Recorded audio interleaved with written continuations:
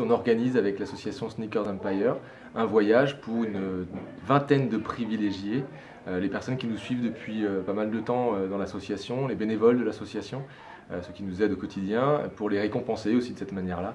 On leur a permis de faire ce voyage où on visite le siège Adidas et en particulier les archives d'Adidas, c'est là où sont tous les produits qui ont fait l'histoire de la marque. Il y a des choses incroyables dans ces archives.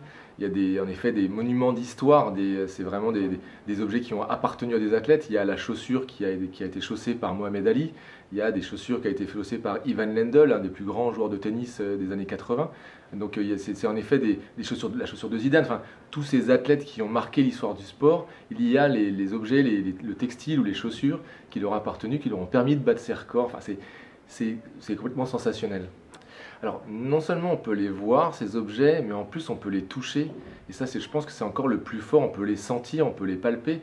Je pense qu'on se connecte avec l'histoire, en fait, quand on fait ça. C'est ça qui se passe. Et alors, on se connecte avec l'histoire du sport, mais on se connecte aussi avec son histoire personnelle. Pour les plus âgés d'entre nous, on retrouve des modèles qu'on a connus dans notre jeunesse. Pour mon exemple particulier, j'ai eu, par hasard, je suis retombé sur la chaussure que mon père avait. Et donc j'ai eu comme un flashback, je me suis retrouvé en enfance, l'âge de 8 ans, où lorsque j'ai voyé mon père qui portait ce même modèle. C'est complètement extraordinaire. Je suis venu réaliser un rêve déjà, rentrer à Erzo, rentrer au musée Adidas Monde.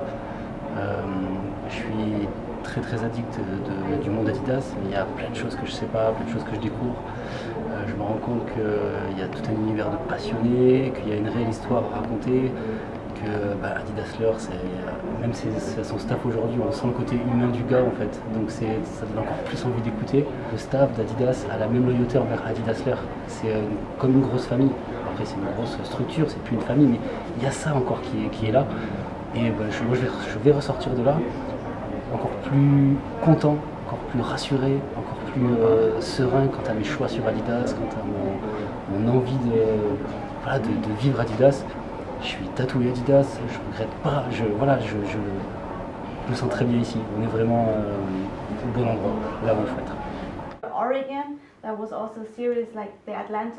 Alors aujourd'hui je suis venu parce que Adidas c'est une marque importante pour moi, j'ai beaucoup de paires Adidas.